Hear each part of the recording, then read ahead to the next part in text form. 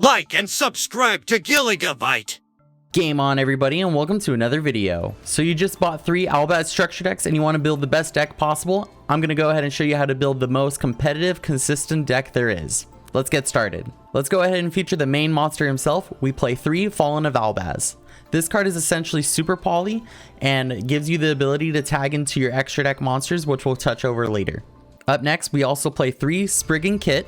This card can be used as an extender and a way to search your branded spell and trap cards. She can also retrieve the cards that are banished or even in your graveyard back to your hand. Do note that it does come with a cost that if you retrieve a spell or trap that's a branded spell or trap, you have to return 1 card from your hand to the bottom of your deck. You should also include 1 copy of Tri-Brigade Mercourier. This is essentially a hand trap provided you control a Fallen of Albaz fusion monster on the field. And if you manage to banish this card, it can search you a Fallen of Albaz from your deck to your hand. I also like to include 1 copy of the Golden Swordsoul. This card is essentially a swift scarecrow. It says when a monster declares an attack, you can special summon this card from your hand, and if you do, negate that attack. And if you happen to control a fusion monster that mentions Fallen of Albaz, you can destroy the monster that declared that attack. This card also has the secondary effect that you can banish this card from your field or graveyard to special summon 1 light spellcaster monster from your hand or graveyard whose attack is equal to its own defense. And I'll go ahead and show you guys that now. That of course is Dogmatika, Fleurdelis, the Knighted. This card has 2500 attack and defense. And this card says during the main phase, if you special summon a monster from the extra deck or on the field quick effect, you can special summon this card from your hand. And then if you control another Dogmatika monster, you can negate that effect of 1 face-up monster in the field until the end of this turn. I also play 1 copy of Albion, the Shrouded Dragon. This card can help you with setups by sending 1 Fallen of Albaz or 1 branded spell or trap from your hand or deck to the graveyard. And then depending on the location that it was sent, so if you send one of those cards from your hand, you can go ahead and special summon this card, or if you send it from the deck, you're able to place this card on the bottom of your deck. Then if you place this card from your hand, draw 1 card. And because we play a bunch of light and dark monsters, I do play the 1 copy of Chaos Dragon Levianeer. These monsters are all basically like alternative boss monsters for the deck, but the real boss monsters are in the extra deck, which you'll see later. The structure deck also did give us some Kaijus, so I also played the 3 Radian, the Multidimensional Kaiju. This card needed a reprint desperately, and I'm happy that it's here. It's basically a really easy budget alternative to basically remove problematic cards on your opponent's side of the field. And if you pair it with the Thunder King of Lightningstrike Kaiju, which I play 2 of, you'll essentially be able to destroy their Kaiju, and you'll have a really strong monster on your side of the field. Alternatively, you can use this card to get over a problematic monster, and then if you have a Fallen of Albaz, you can super poly it away to go into your extra deck. I also play 3 Keeper of the Dragon Magic. This card is definitely necessary for a budget version of this deck. It helps you search your polymerization or fusion normal spell. You add it from your deck to your hand, and I'll go ahead and show you guys what that target is soon. But we're still on the monsters, so I'm going to go ahead and showcase you the rest of the options. I play 1 Artifact Scythe. This card is basically used to send from deck to graveyard, and then you revive it back with another card, which you'll see in the future. This will result in locking your opponents from the extra deck, and while you still have access to your big powerful monsters, it's really hard for them to get over it without the access of their extra deck. This structure deck was awesome enough to provide us with multiple hand traps, so I play 3 Ghost Ogre and Snow Rabbit, definitely a meta call for this format, and I also play 3 Effect Failures. Fortunately, these monsters are light, and then that'll allow us to go into our extra deck cards as well. I also did opt to play 1 Branded in White as like a fail-safe recovery. This allows me to use like the graveyard as material, provided I do use a Fallen of Albaz as material. 1 is pretty good. I couldn't really justify fitting more because there's other or better cards to fuse with. Now, hands down the best card in the structure deck, I play 3 Branded Fusion. This card says fusion summon 1 fusion monster that mentions Fallen of Albaz as material from your extra deck using 2 monsters from your hand, deck, or field as fusion material. You cannot special summon monsters from your extra deck except fusion monsters. This turn you activate this card. You can only activate 1 Branded Fusion per turn. Luckily for us, we only use fusion monsters within our extra deck, and this is basically our polymerization card. You want to gain access to this card as quickly as possible. Within the structure deck, they also did provide us a really powerful pot card, such as Pot of Extravagance. And this card essentially says banish 3 or 6 random face down cards from your extra deck, and then you draw 1 card for every 3 that's banished.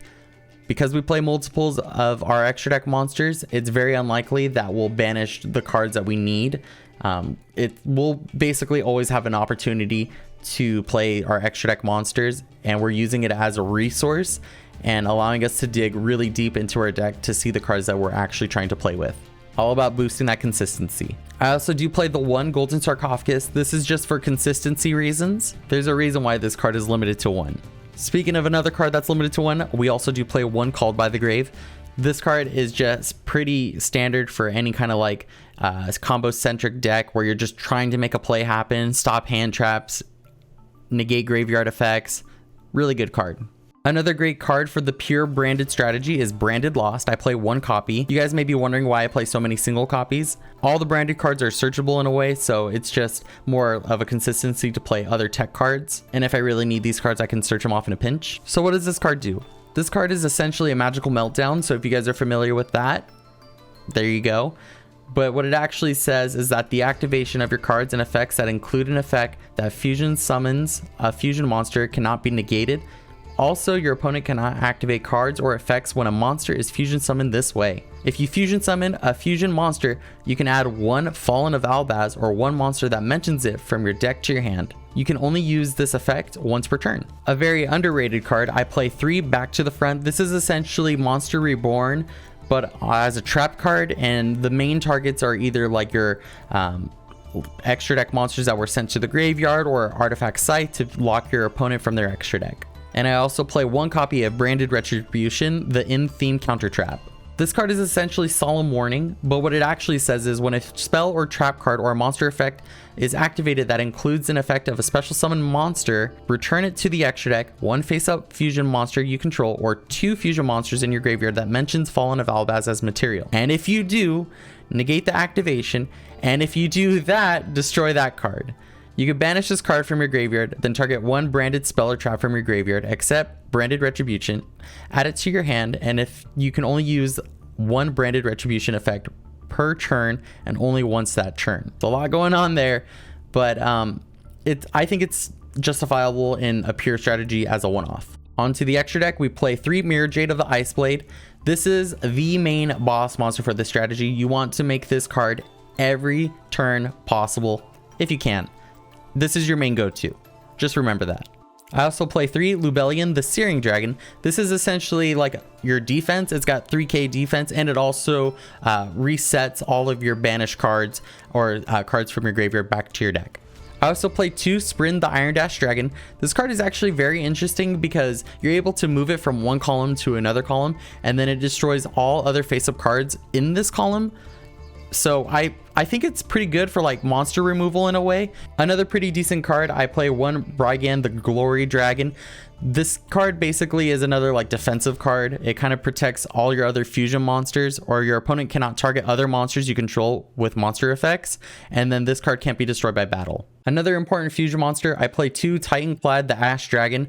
This is basically Fallen of Albaz as like, I guess, true form, where it gains attack equal to the combined original levels of the monsters used for the fusion summon times 100. So essentially it can get really strong, and for the rest of the turn it's unaffected by activated effects by any other monster special summon from the extra deck. And then during the end phase, if this card is in the graveyard because it was sent there this turn, you can add to your hand or special summon 1 Fallen of Albaz or 1 Dogmatika card from your deck. And then lastly, I play 3 Albion the Branded Dragon. And then I play 3 Albion the Branded Dragon. This card, when made, allows you to fusion summon again by banishing the material from your graveyard. And if this card is sent to the graveyard this turn, you're able to add 1 branded spell or trap from your deck to your hand or set it directly to the field. This is pretty important for Mirrorjade, the Iceblade Dragon. So do know you can only control one of these cards on your side of the field. And then once per turn quick effect, you can send 1 fusion monster from your extra deck to the graveyard that mentions Fallen of Albaz, which is Albion the Branded Dragon as mentioned before. That'll get you your branded spell or trap. And then when that's done, you can banish 1 card on the field. This card also has the extra effect of when this fusion summon card, the fusion summon is very important because if you reborn it, you don't get this effect. But anyways, if this fusion summon card is in its owner's control, leaves the field because of an opponent's card, you can destroy all monsters your opponent controls during the end phase of this turn. So when it goes to the graveyard, you can activate this effect in the graveyard, and at the end phase of your opponent's turn, it regekis their whole field of monsters anyways. That's what regekiing does. Moving on to the side deck. Would you believe me? I actually have a side deck prepared for you guys. I have 3 Dark Ruler No More. This is essentially for when you know you're going second. and then you can build pressure on your opponent. I wish these were Ice Dragon prisons, but this will do just fine. I play 3 warning points in the side. This basically makes your opponent unable to use that monster for a fusion, synchro, exes, or link summon. It also can't attack and its effects are negated. So a pretty good card.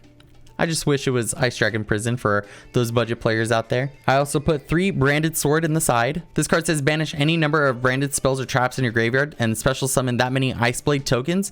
And these tokens have 2500 attack and 2000 defense. You can also banish this card in your graveyard, then target one of your banished monsters that is Fallen of Albaz or mentions it.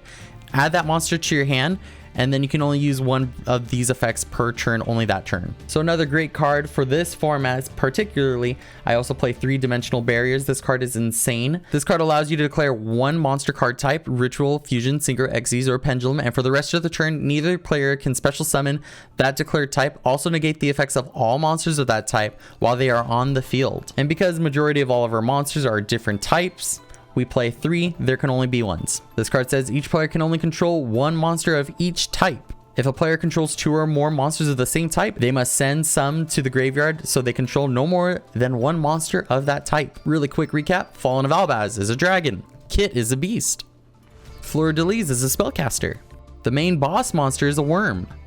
Sprind the Irondash dragon is a machine. Just be sure that when you are trying to go into the different mechanics, you just, only have the one, but this is fairly easy to do. So it is pretty easy to control only 1 monster of each type on your side of the field. Let me know what you guys think in the comment section down below. I hope you guys enjoyed the video, and if you did, please consider leaving a like and subscribe to my channel for more videos. If you guys would make any changes, please let me know in the comments down below too. I would love to let everybody know what's our best optimal way to build our decks. Let's help each other out, and good luck at locals, everybody. I'll see you guys in the next video. I'm out of here.